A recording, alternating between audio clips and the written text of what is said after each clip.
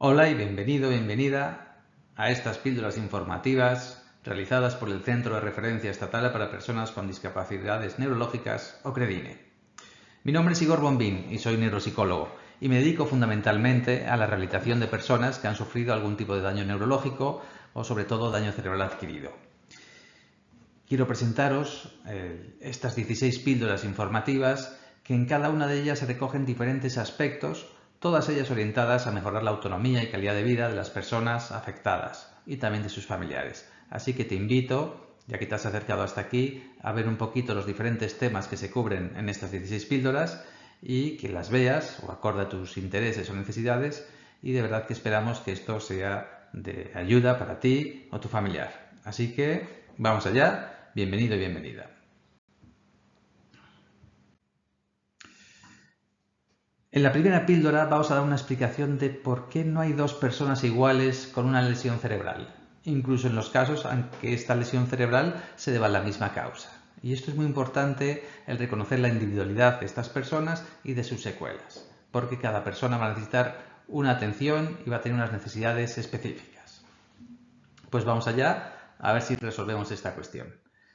Podríamos identificar tres causas principales de por qué hay diferencias de un paciente a otro con un daño neurológico o cerebral.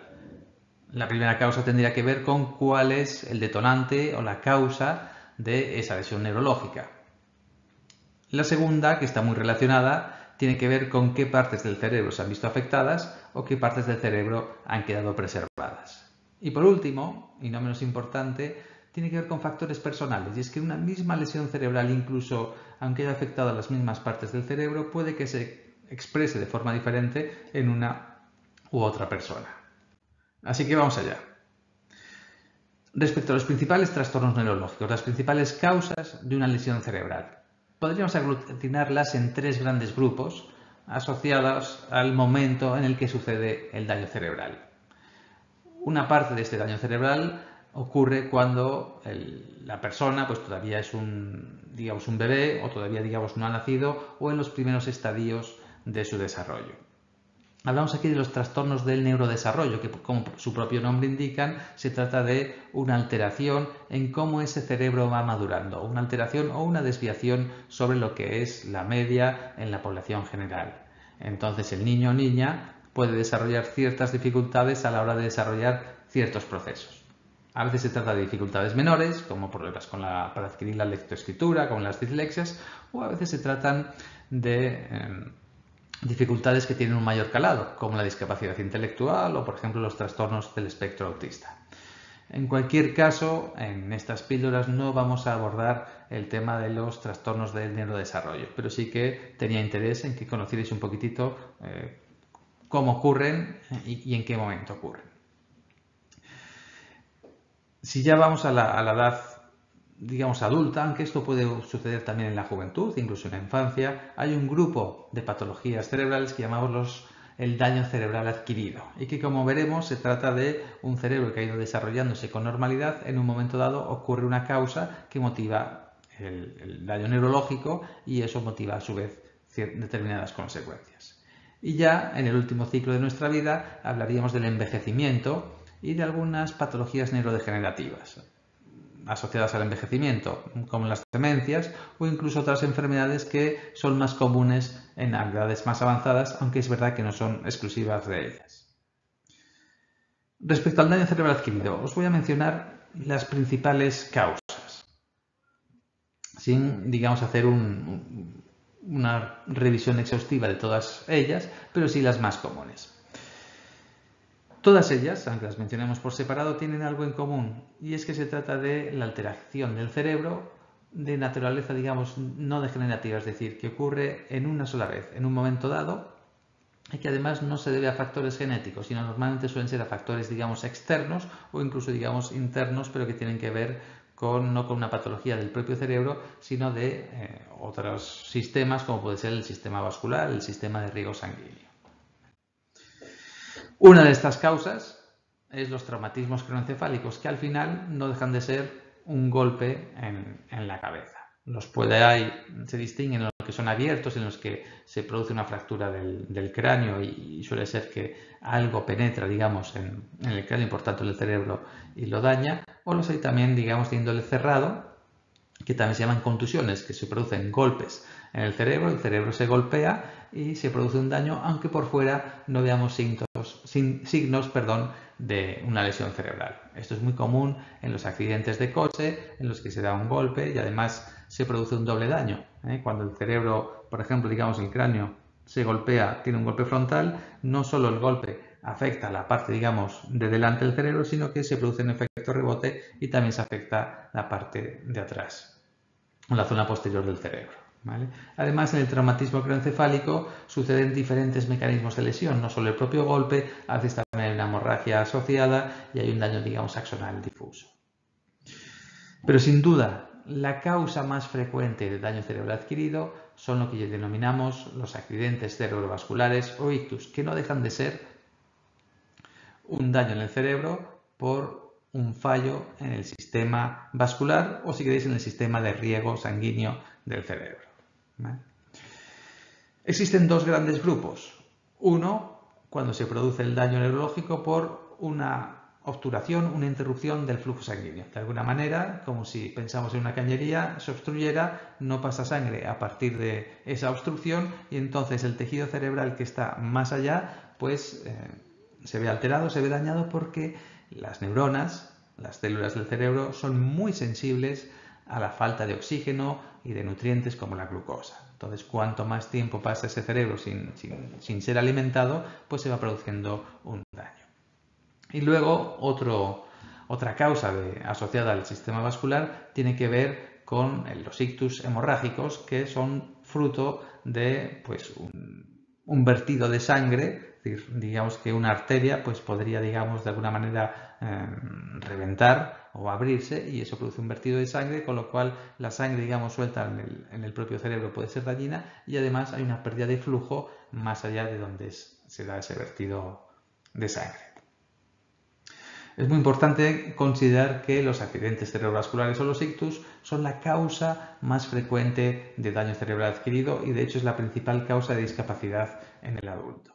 ¿Vale? Ahí tenéis uno de los principales motivos, digamos, de los ictus isquémicos, que es la acumulación de células lípidas, grasas en la sangre. También luego están, digamos, los ictus hemorrágicos, a veces asociados a la presencia de un aneurisma. Y luego hay otras causas de daño cerebral adquirido, como pueden ser los tumores cerebrales y su posterior tratamiento, como la radioterapia. La anoxia hipoxia es pues cuando no le llega oxígeno al cerebro, pues a veces asociado o derivado de una parada cardíaca o cardiorrespiratoria, encefalitis víricas, y la esclerosis múltiple, que a veces hay quien la considera, digamos, neurodegenerativa o que tiene una progresión y otras veces, pues bueno, puede englobarse, puede parecerse mucho a otras formas de daño cerebral adquirido. Como os decía al principio, luego hay trastornos que vienen derivados del propio envejecimiento. El propio envejecimiento produce una pérdida de funciones, pues como la memoria, más que una pérdida, perdón, un empeoramiento de las mismas. Pero es verdad que hay patologías que lo que producen es un empeoramiento que va más allá de lo que es el envejecimiento normal y aparecen lo que llamamos enfermedades neurodegenerativas. Que aquí lo que ocurre es que hay una patología interna que hace que el cerebro vaya paulatinamente alterándose, deteriorándose de una forma más acelerada que lo que es el deterioro normal asociada al propio envejecimiento. Bueno, como os decía, una de las principales motivaciones de que la persona, aunque haya dos personas con una misma lesión cerebral, tengan diferente perfil de secuelas y diferentes dificultades en la vida cotidiana, viene determinado por qué áreas cerebrales se han visto alteradas o afectadas. Sabéis que el cerebro se divide como en dos mitades, el hemisferio cerebral derecho y el hemisferio cerebral izquierdo, y que, por ejemplo, el lenguaje está ubicado solo en el hemisferio cerebral izquierdo, si se trata de una persona diestra, y que además el cerebro, cada uno de sus hemisferios, está dividido en varias partes que llamamos lóbulos. Lo que ocurre es que cada parte del cerebro, de alguna manera, se encarga de gestionar, de llevar a cabo, de coordinar diferentes procesos. Igual que el hemisferio izquierdo, por ejemplo, se ocupa de controlar la parte motora y recibe las sensaciones de mi cuerpo derecho, de la mitad de nuestro cuerpo derecho y viceversa. Pues de la misma manera, algunos procesos se llevan a cabo en unas áreas cerebrales y otros se llevan a cabo en otras áreas cerebrales. Entonces, solo por esta diferenciación de dónde ha sido la lesión cerebral, podemos tener un perfil u otro de secuelas. Aunque tengo que deciros en esto que también es muy importante no solo el punto donde se ha dado la lesión, sino la organización global del cerebro. Y por último, como os decía, y que es muy importante también, hay factores asociados a la propia persona. No es lo mismo el momento en el que sucede la lesión cerebral. Ya decíamos que si todavía el cerebro se está neurodesarrollando, se está, digamos, madurando y el neurodesarrollo está en marcha, pues eso puede tener unas secuelas a corto plazo, pero incluso cuando siga madurando ese cerebro, pues esas secuelas van a evolucionar y pueden aparecer en otro sitio, o a veces el cerebro va a compensar y va a buscar otras áreas cerebrales que se encarguen de gestionar esas funciones. Pero un aspecto muy importante es lo que llamamos la historia previa de la persona. Es decir, si en el pasado esta persona pues desarrollaba una actividad, digamos, cognitiva, digamos, exigente a lo largo de su vida, o lo mismo a nivel motor, a nivel de exigencia de control motor, por bien la manipulación fina, o pensad en un deportista, digamos, de élite o profesional, o bueno, que dedica muchas horas al deporte, al ejercicio físico, a hacer determinadas tareas. Eso va a motivar que tenga más habilidades físicas, más habilidades cognitivas, pero incluso también en cuanto a la gestión de las emociones, el carácter. Todo ello es importante en cómo se expresa la lesión cerebral. ¿Por qué? Porque, y aquí una cosa que aparece, un término que va a salir en futuras píldoras, hay un concepto que se llama el de neuroplasticidad o plasticidad cerebral, que se refiere a la capacidad del cerebro a adaptarse a diferentes situaciones y a cómo puede compensar estas dificultades que tiene. Entonces, un cerebro que ya ha sido, digamos, entrenado en el pasado a resolver problemas más complejos, ya os digo, no solo de índole cognitiva, también afectiva, motora, etcétera, cuando aparece un daño neurológico, un daño cerebral y ya no puede hacer determinadas tareas, determinados procesos, el hecho de que ese cerebro haya sido llevado a su máximo potencial significa que se han desarrollado más vías alternativas para desarrollar una misma función o un mismo proceso, con lo cual, ante un daño neurológico, está más provista de vías alternativas para llevar a cabo esa actividad. Bueno, es un poquito complejo explicar en 4 líneas qué es eso de la neuroplasticidad. Hablaremos de ello en futuras píldoras. Espero que esta te haya servido un poco a modo de introducción general y te animo a que sigas viendo las siguientes píldoras y deseamos de verdad, desde el Credine y otros profesionales que nos dedicamos a la neurorehabilitación, que estas píldoras te sean de ayuda y de utilidad. Nos vemos.